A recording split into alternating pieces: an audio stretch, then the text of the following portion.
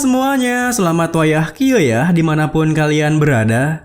Kembali lagi bersama Mamang dan di video kali ini kita bakal lanjutin manhwa ahli pedang keluarga Tang. Kita masuk di part 6. Di awal video ini, karena tak tahan dengan godaan racunnya, Yumyong pun bertanya, "Jadi Ijun, apa kau tidak bisa membuat racun nomor 10 itu?"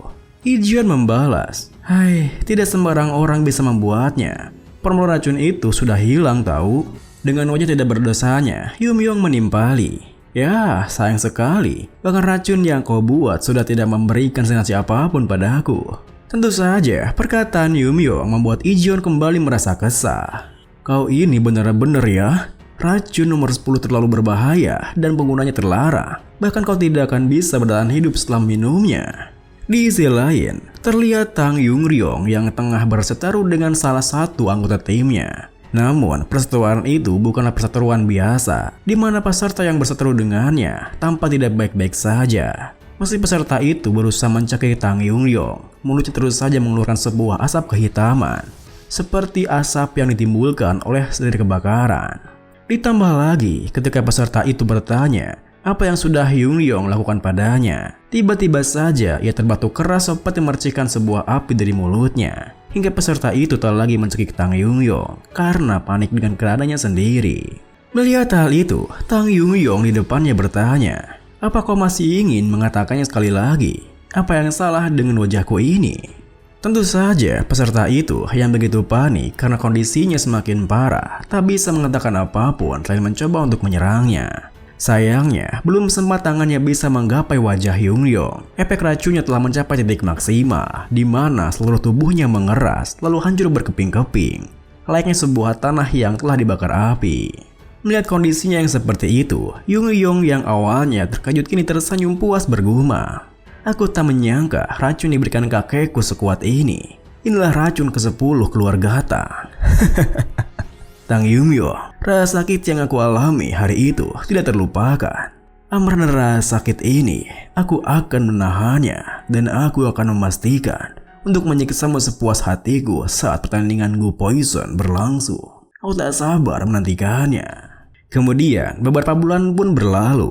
Hari itu, pendekar Wonjin mengumpulkan tim 7 di lapangan latihan lalu menjelaskan, "Sekarang kita akan memilih ketua tim, atau bisa dibilang ketua tim sementara. Tetapi saat kalian mencapai tahun ketiga kompetisi, kalian harus memilih salah satu ketua tim yang resmi.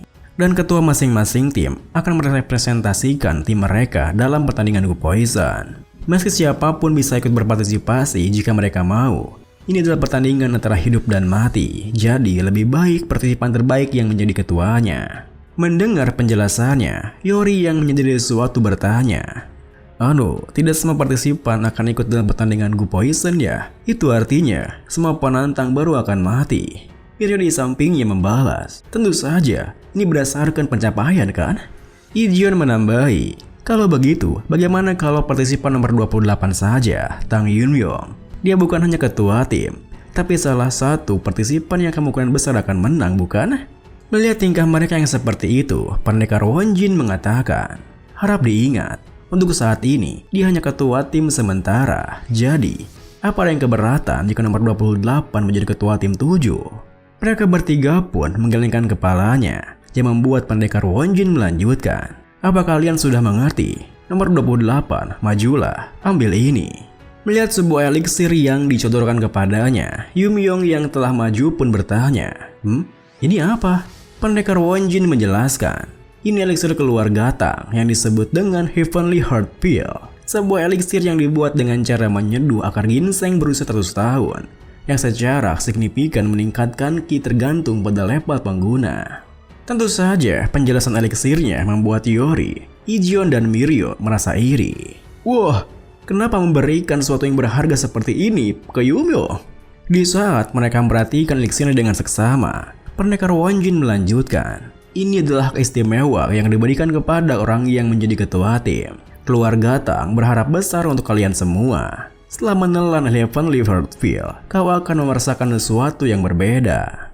Namun, meskipun pendekar Wonjin menaruh harapan besar pada Yumyong, ia memutuskan untuk tidak mengatakannya sampai waktunya tiba. Ditambah lagi, pendekar Wanjin malah dikejutkan dengan perkataan Yumyong yang bertanya, "Apa ada hal lain selain eliksir ini? Apa kau tidak bisa menerima sesuatu yang lain selain eliksir ini?" Sejujurnya, aku tidak butuh eliksir. Aku membutuhkan sesuatu yang lain. Tentu saja, perkataannya juga mengejutkan semua anggota timnya sendiri. Meski begitu, pendekar Wanjin segera menjadi sesuatu.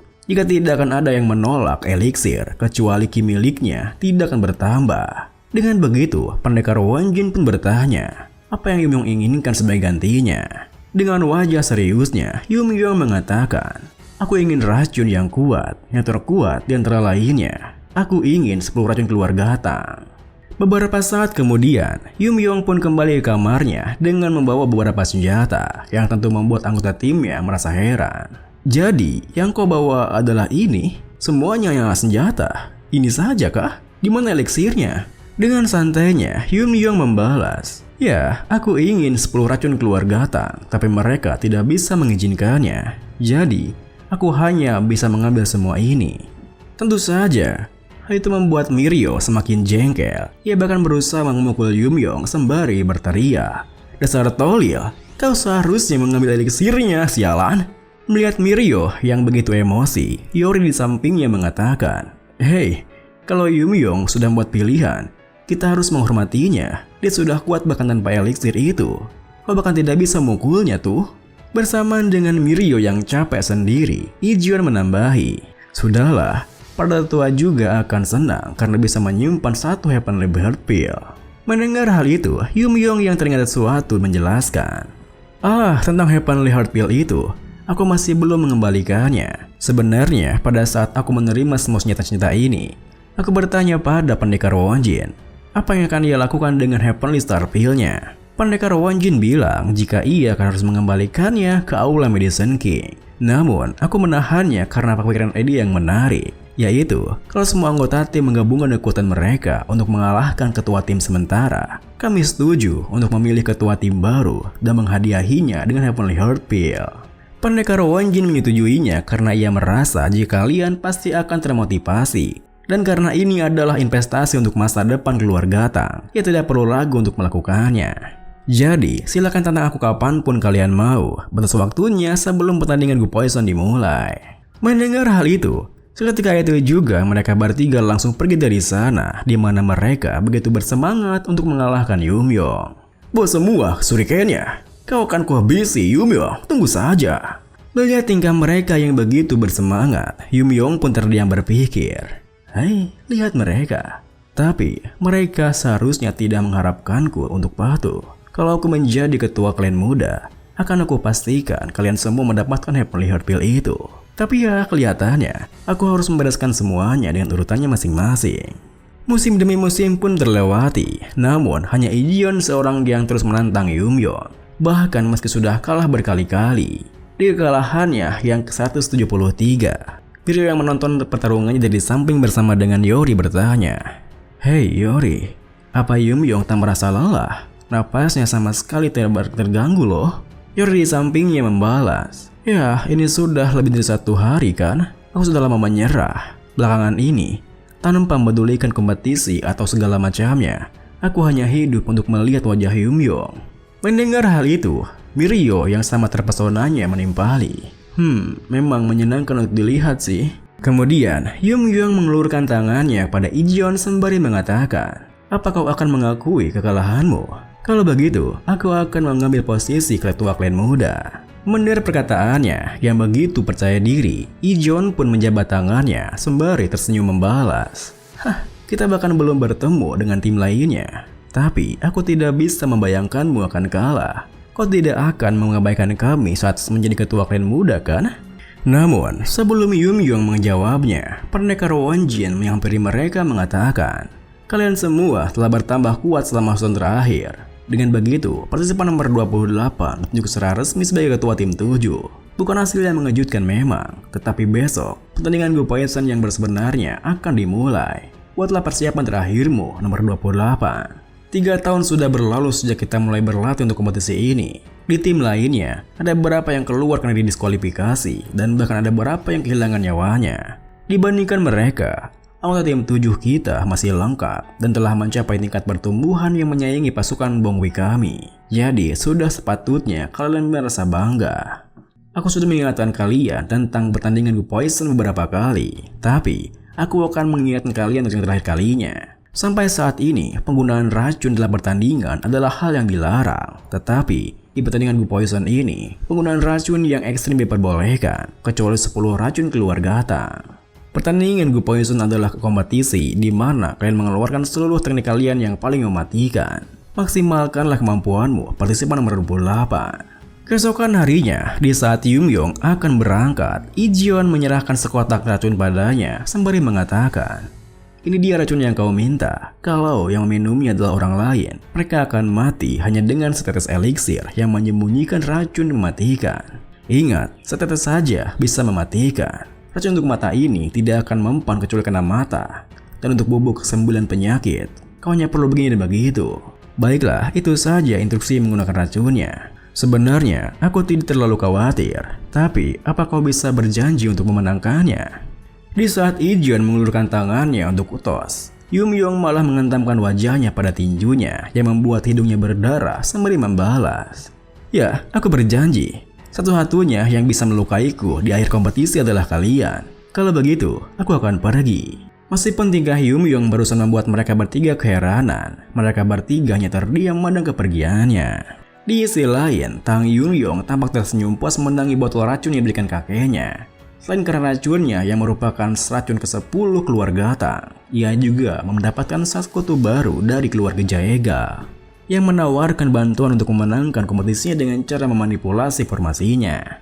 Tentu saja, Yungyong langsung menyadari jika tak mungkin keluarga Jaegal membantunya tanpa adanya alasan, yang membuatnya bertanya apa yang keluarga Jaegal inginkan darinya. Perwakilan keluarga Jaegal yang menemuinya pun menjelaskan jika intinya mereka ingin menggunakan Yungyong sebagai pendukung untuk bisa ikut campur dalam urusan keluarga Tang. Tentu, Yungyong pun tak langsung mempercayai keseniatan mereka hanya sampai di sana. Bahkan ia sedikit mengancamnya. Apa yang akan mereka lakukan kalau ia pergi meninggalkannya dan menolak kesepakatannya? Masih pada awalnya, Yungyong tak ingin berurusan dengan mereka. Ia langsung menyetujui kesepakatannya ketika perwakilan Jaegal menawarkan jika pihaknya akan mengabulkan apapun keinginannya. Tentu saja, Yungyong yang punya dendam kesumat pada Yumyong tak bisa melepaskan kesempatan bantuan sekecil apapun, karena yang penting baginya adalah dendamnya terbalaskan. Dengan begitu, para ketua dari masing-masing tim pun berangkat menuju formasi di mana pertandingan Gu Poison-nya diadakan. Seperti Tang Yungyong, ketua tim 1, Tang Jong-il, ketua tim 2, Tang Geklin, ketua tim 3, Tang Hairin, ketua tim 4, Tang Jiol, ketua tim 5, Tang Myungso, ketua tim 6, lalu terakhir Tang Yungyong, ketua tim 7. Kini, setibanya Yumyong di lokasi pertandingannya, ia pun melihat sekelilingnya sembari bergumam. "Wah, ini hari yang sempurna untuk kematian seseorang. Tapi, apa ini tempat dimulainya pertandingan Gu Poison? Luas sekali weh. Apa masih lama sampai aku bisa bertemu dengan orang lain?" Di saat Yumyong mengamati searea di sekitarnya, Pak Changxin yang memperhatikannya dari luar formasinya berpikir, "Seperti yang kuharapkan dari kelompok 7, nomor 28 telah muncul. Semakin aku melihatnya, semakin aku merasa potensi yang ia miliki sia-sia. Tapi karena keluarga Jaegal sudah membuat pilihan mereka, aku harus cepat menyingkirkan dia sebelum masalah lain muncul." Dia melihat ke arahku. Rasanya mata kami bertemu. Tapi bagaimana bisa? Menembus kenyataan yang dilindungi begitu banyak formasi adalah hal yang mustahil. Ini pun diakhiri dengan, sebelum Pak Changxin menyelesaikan pikirannya, tiba-tiba saja Yumyong mengayunkan pelatihnya yang membuat formasi di atasnya robek cukup besar.